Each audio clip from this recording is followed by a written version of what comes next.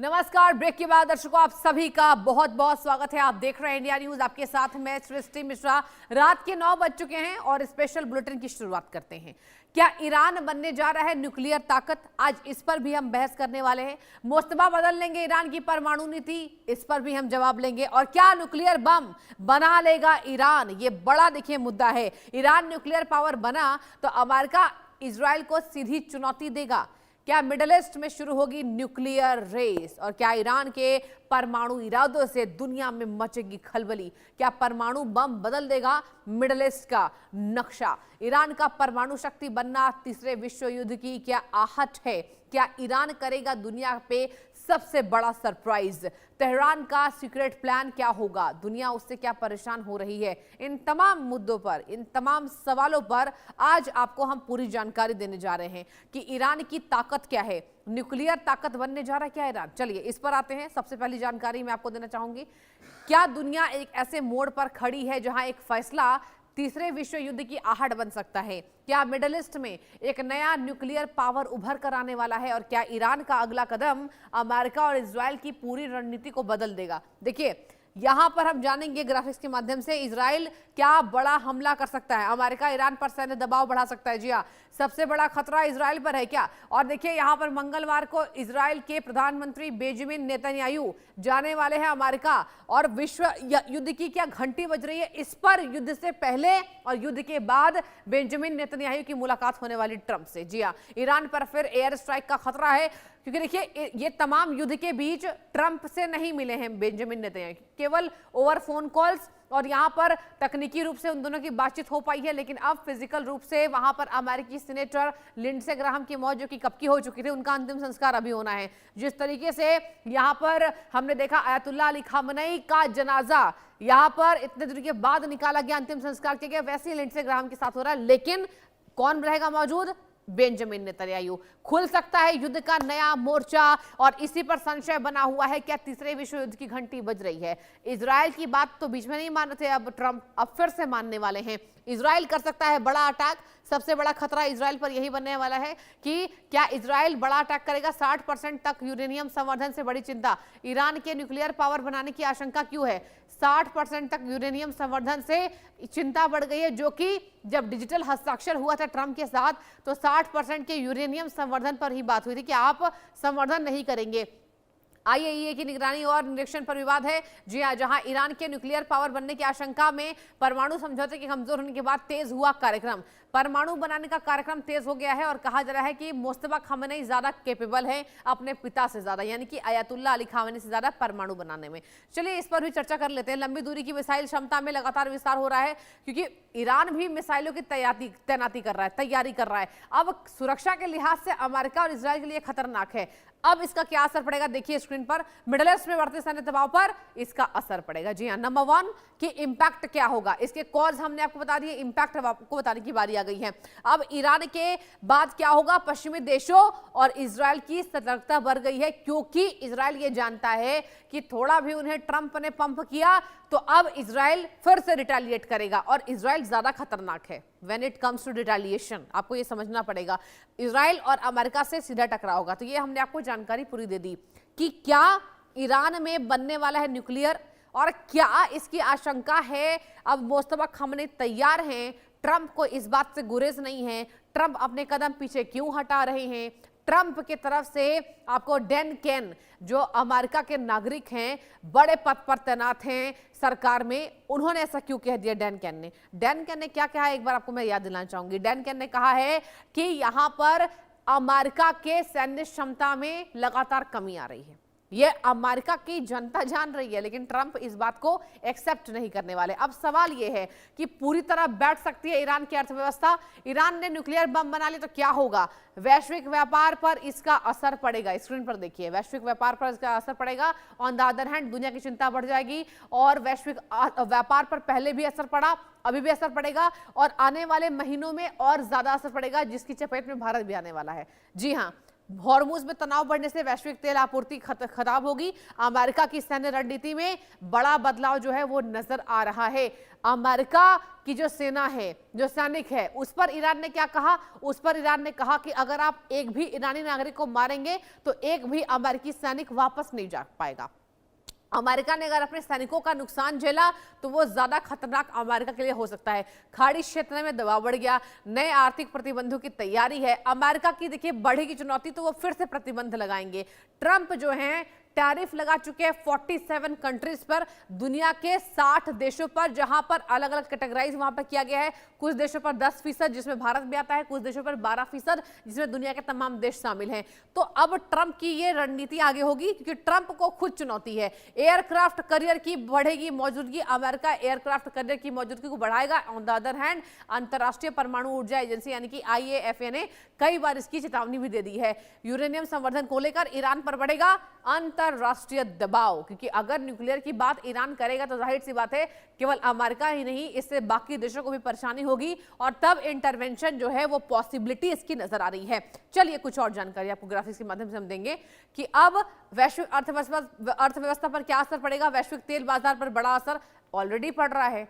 लगातार तेल की कीमतें बेतहाशा बढ़ रही है। बीच में स्थितियां सामान्य हुई, फिर से लड़ाई चल रही है तो फिर से बढ़ने वाला है और कच्चे तेल की कीमतों में उछाल देखने को मिल रहा है, जो कि आपको बताएं ब्रेंट क्रूड का प्राइस ऑलरेडी हाइक पर है।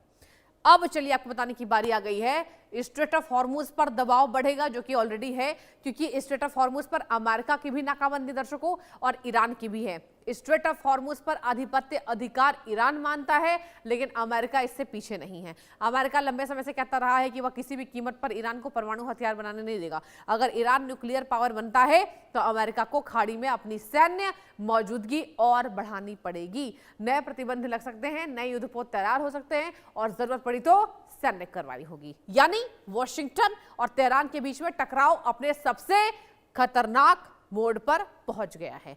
यही बात पर हम आज आपको जानकारी देंगे कि वैश्विक अर्थव्यवस्था पर इसका क्या असर होगा। जाहिर सी बात है, ये देखिए वैश्विक तेल बाजार पर बड़ा असर होगा। तेल के दाम बढ़ेंगे और तेल के दाम, गैस के दाम, आपके शहर में महंगाई भी बढ़ जाएंगे और केवल भारत ही नहीं इसकी चपेट में है, दुनिया के तमाम कंट्रीज इसकी चपेट में है, जो कि ऑलरेडी इसका असर देखने को मिल रहा है।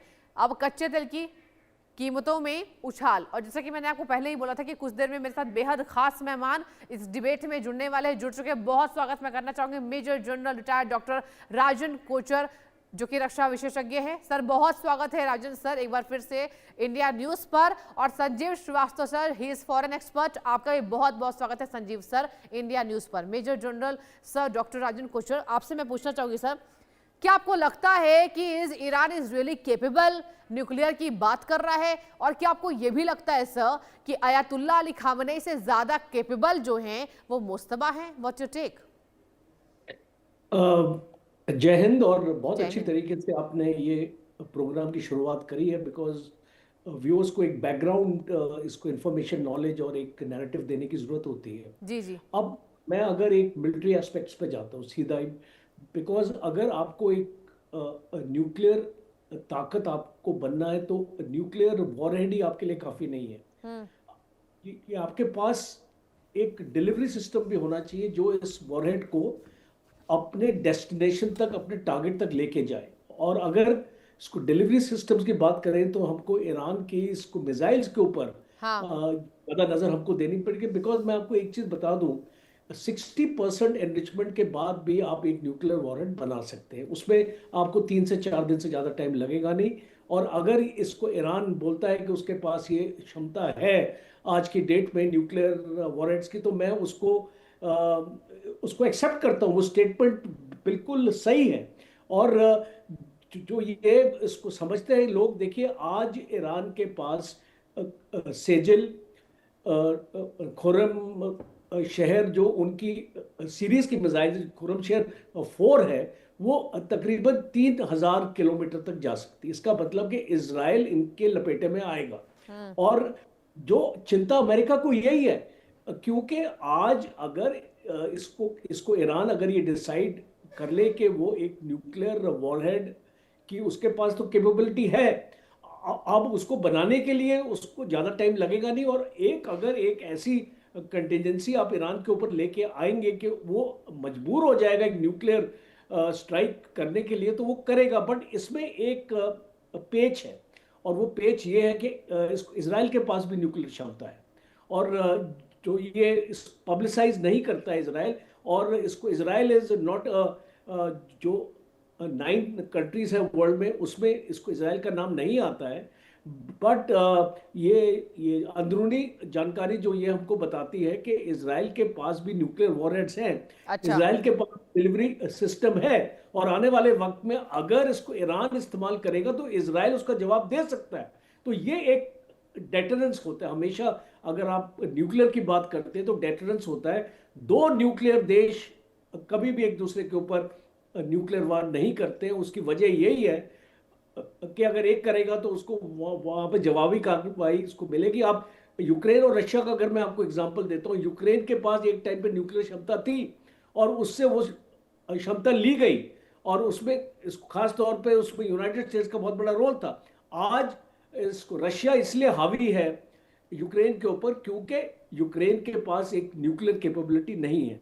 इसीलिए ईरान चाहता है यहाँ पर, और स्पेशली इस गल्फ में, कि एक बार उसके पास ये न्यूक्लियर कैपेबिलिटी आ जाए या आ गई होगी तो वो किसी से डरने वाला नहीं है। और आज भी अगर आप देखें, जी। आपने स्टेट ऑफ हॉर्मुज का जिक्र किया, हाँ। स्टेट ऑफ हॉर्मुज में आज की डेट में किसका दबदबा है? अमेरिका का है या ईरान का है? इसको ईरान का दबदबा है। आज भी अगर इस कतार ने एक स्टेटमेंट पास करी है कि ये जो शिप्स जारी हो चुकी है, बिकॉज 2-3 दिन से अमेरिका ने कोई स्ट्राइक नहीं की, कोई भी एयर स्ट्राइक अमेरिका की नहीं आई है ईरान के ऊपर, और ये शिप्स की मूवमेंट स्टार्ट हो चुकी है। अब ये शिप्स की मूवमेंट जो स्टेट ऑफ हॉर्मुज में स्टार्ट हो चुकी है आज मॉर्निंग से, तो इसको यहाँ पे वो इसको ईरान के चैनल से जा रही है, वो इसको ओमान के चैनल से नहीं जा रही है। तो एक चीज साफ है कि आज की डेट में भी इसको ईरान कंट्रोल कर रहा है स्टेट ऑफ हॉर्मुज। अगर वहां पे एक फ्रीडम ऑफ नेविगेशन आपको चाहिए, फ्रीडम ऑफ मूवमेंट चाहिए, सेफ पैसेज चाहिए, वो ईरान डिसाइड करेगा, यूएस नहीं कर पा रहा है। तो ये चीज आपको एक एक पॉइंटर देती है, एक इशारा देती है आने वाले वक्त में, ये कि ईरान इसको हमेशा कंट्रोल करेगा। और अभी इसकी पार्लियामेंट में आज मॉर्निंग में एक और न्यूज है, इसकी पार्लियामेंट में एक बिल पास हो रहा है, एक इसको लेजिस्लेशन पास हो रही है जो इसको ईरान को लीगल पावर्स दे रही है। अपने आप ही वो इसको लीगल पावर्स अपनी बना रहे कि वो स्टेट ऑफ हॉर्मुज को कंट्रोल कर सकते हैं, और उनको कोई इस पे रोक नहीं सकता। तो ये सारी डेवलपमेंट्स को अगर हम देखें और इसको एक न्यूक्लियर पर्सपेक्टिव में लेके आए तो साफ है ये इसको लड़ाई किस दिशा में जा रही है। ठीक है। संजीव सर, देखिए आपका भी कमेंट मैं चाहूंगी, पहले तो इस बात पर कि ईरान क्या एटम बना लेगा, उसके बाद क्या होगा। हालांकि परिस्थितियां इतनी क्लियर नहीं है, तेहरान ऑलरेडी बर्बाद है। अब ऐसे में क्या आपको लग रहा है कि ट्रंप के सामने it is the last option? What do you think? देखिए Srishti ji, United states of America का चाहे कोई भी राष्ट्रपति क्यों न रहा हो, चाहे वो रिपब्लिकन्स हो चाहे डेमोक्रेट्स हो, 1979 ऑनवर्ड्स उन सभी राष्ट्रपतियों ने इजराइल के सभी प्रधानमंत्रियों के साथ मिल करके इस संकल्प को बार बार व्यक्त किया है, दोहराया है, रीआइटरेट किया है, और ईरान को बार बार ये चेतावनी भी दी है कि आपको हम किसी भी कीमत पर न्यूक्लियर वेपन्स एक्वायर नहीं करने देंगे।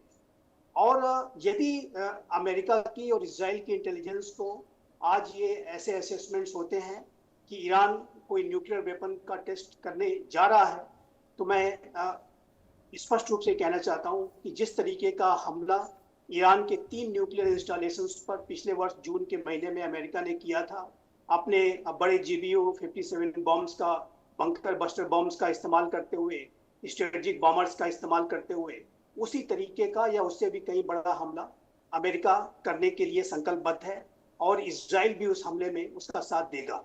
और ईरान के न्यूक्लियर वेपन्स के प्रोग्राम को यदि अमेरिका और इजराइल ने ये असेस किया कि ये आगे बढ़ रहे हैं, तो फिर ये जो युद्ध है वो भी जारी होगा, और ईरान के न्यूक्लियर इंस्टॉलेशंस तो बड़े तरीके से तबाह होंगे, इसमें कोई दो राय नहीं है। उसका कारण देखिए, अगर यूएस और इसराइल के पर्सपेक्टिव्स की बात करें तो यूएस और इसराइल दोनों इस बात को मानते हैं कि ईरान का जो न्यूक्लियर वेपन्स को एक्वायर करने का उसका जो एम्बिशन है वो इसराइल के लिए अस्तित्व का संकट पैदा करेगा, क्योंकि जिस तरीके के नारे death to America, death to Israel Iranian Islamic regime लगाती है, अभी वो फिर से उस तरीके की बातें सुनी गई जब वो सुप्रीम लीडर का जो अंतिम संस्कार किया जा रहा था, फ्यूनरल किया जा रहा था, तो इस तरीके की चैंटिंग भी